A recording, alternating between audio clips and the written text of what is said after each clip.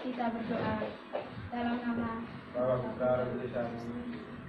Puji dan syukur kami naikkan untuk Indah Bapa atas berkat dan perlindungan-Mu, karena Bapa telah menjaga kami dari awal kegiatan kami hingga pada pertengahan ini. Sebentar lagi ya Bapa, kami anak-anak-Mu akan melanjutkan tugas kami. Kiranya Bapa lebih khusus menjaga saya yang berdiri di depan yang akan menyampaikan firman Tuhan. Jauhkanlah saya dari rasa ketakutan, rasa malu, sehingga apapun yang saya sampaikan sebentar boleh sesuai dengan kehendak-Mu. Bapa di dalam surga, ampunilah akan setiap salah dosa kami yang kami perbuat secara sadar dan tidak sadar, yang menyakiti hati sesamamu dan lebih khusus menyakiti hati-Mu yang suci. Bapa di dalam surga, hanya inilah doa yang kami sampaikan kepadamu, namun kami puji kini dan sepanjang masa. Dalam nama Bapa, Putra, dan Roh Kudus.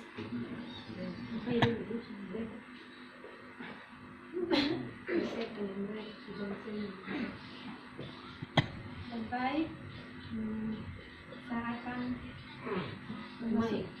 memasuki Injil Tuhan, yaitu Yesaya 7 ayat 14 berbunyi, sebab itu Tuhan sendirilah yang akan memberikan kepadamu suatu pertanda.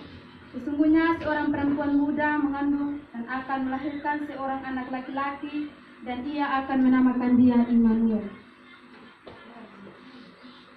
Semua kawan-kawan yang dikasih dan Bapak Ibu Guru yang dikasih oleh Yesus Kristus, di dalam perjanjian lama, khususnya dalam kitab Nabi Yesaya, Tuhan sudah beritahukan bahwa kelak nanti akan datang seorang juru selamat manusia yang akan lahir melalui seorang perempuan muda, yaitu Maria. Dalam kitab Yesaya pasal 7 ayat 14. Di sini kan berbicara tentang sebab itu Tuhan sendirilah yang akan memberikan kepadamu suatu pertanda. Nah, pertanda ini datangnya dari Allah sendiri dan bukan dari manusia. Sebab apa yang keluar dari mulut Allah pasti akan terlaksana.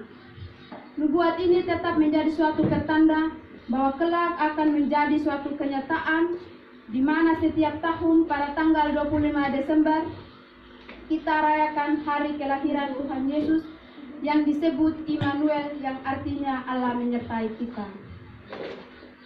Seperti yang tercantum dalam Injil Matius pasal 1 ayat 23, sesungguhnya anak darah itu akan mengandung dan melahirkan seorang anak laki-laki, dan mereka akan menamakan dia Immanuel.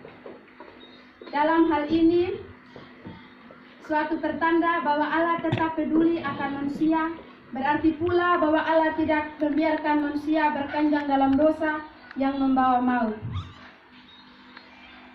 Di sini kan berbicara tentang dosa. Walaupun manusia itu berbuat dosa, tapi Allah tidak pernah meninggalkan kita.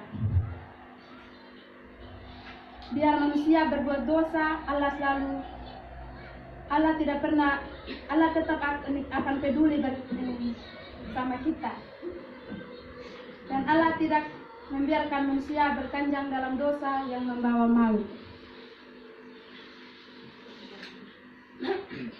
Tapi dengan kepedulian Allah berarti Allah menghakikkan kembali hidup kita oleh kelahiran Sang Juru Selamat. Untuk itu saya mengajak kita semua agar dengan kita menghadapi hari kelahiran Yesus Kristus pada tanggal 25 Desember nanti, kita harus mempersiapkan diri, yaitu hati kita,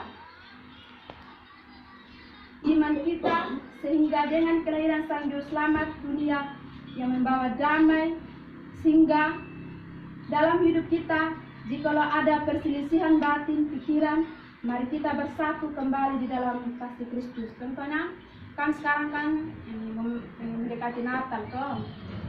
Iya tuh. Kita kan ada masalah dengan teman gitu, tetangga. Sebelum kita memasuki Natal, kita harus berdamai. Jangan sampai nanti sampai di gereja masuk di dalam begitu sebangku lagi dengan dia. Dia lagi tidak boleh. Itu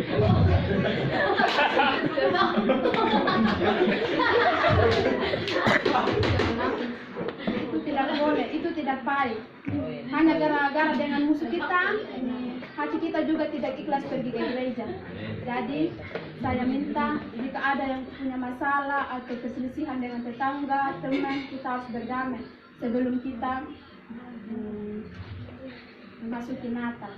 Iya Safre? Iya.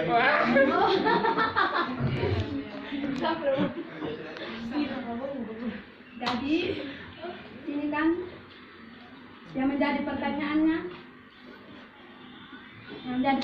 kita masing-masing. Jikalau Allah peduli kepada kita dengan kelahiran Yesus, apakah kita juga timbul dalam pikiran kita untuk peduli akan datangnya juru selamat? Jika kawan-kawan peduli akan Kristus, kita harus bersiap menyambutnya. Pertanyaannya, apa yang kita siapkan untuk menyambut Tuhan? Siapa yang tahu? Hati yang baru. Benar.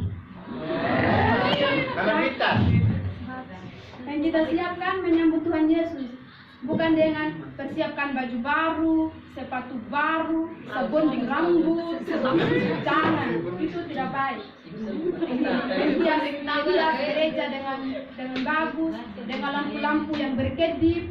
Tuhan tidak membutuhkan itu. Yang Tuhan butuhkan adalah hati kita, iman kita yang sungguh-sungguh kita pergi ke gereja.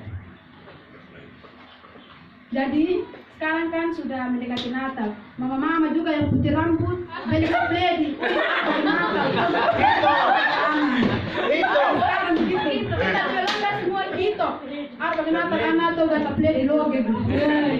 Ini sekarang ini menjadi cari 02 begini. Apa ini? Kita juga taruh gitu. Nah, ini kan kalau di luar dong bagai pawalu mana buku-buku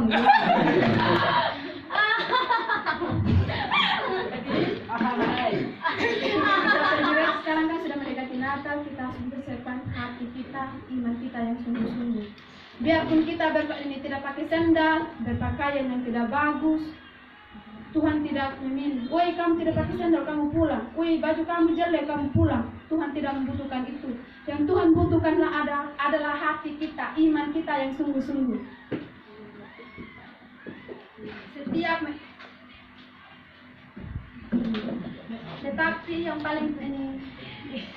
Setiap menyambut Natal akan tetapi yang paling penting yang kita siapkan ialah hati yang sungguh-sungguh menerima Sang Juru Selamat dan dengan iman, karena dengan iman kita yang sungguh-sungguh kepada Dia yang akan mengubah segala yang tidak sempurna, dan dengan iman pula segala sesuatu yang kita harapkan akan terpenuhi. Untuk kawan-kawan dan Bapak Ibu Guru, mari kita mengubah Natal dengan hati yang gembira. Amin. Lebih baik sebelum saya mengikuti firman Tuhan, mari kita menyanyi bersama. Teman-teman untuk menyanyi bersama.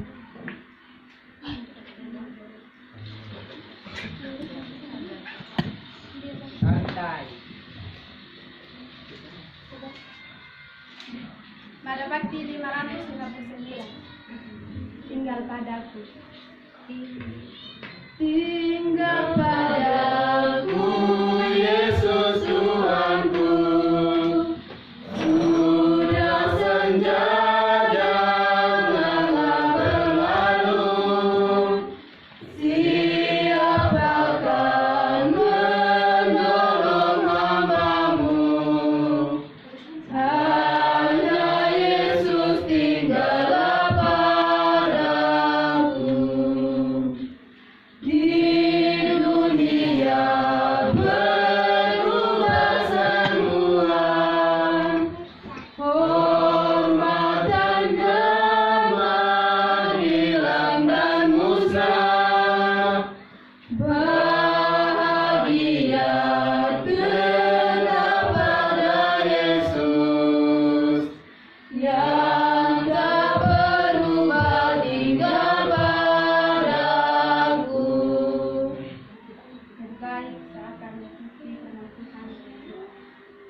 kita berdoa.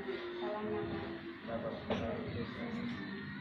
Puji dan syukur kami haturkan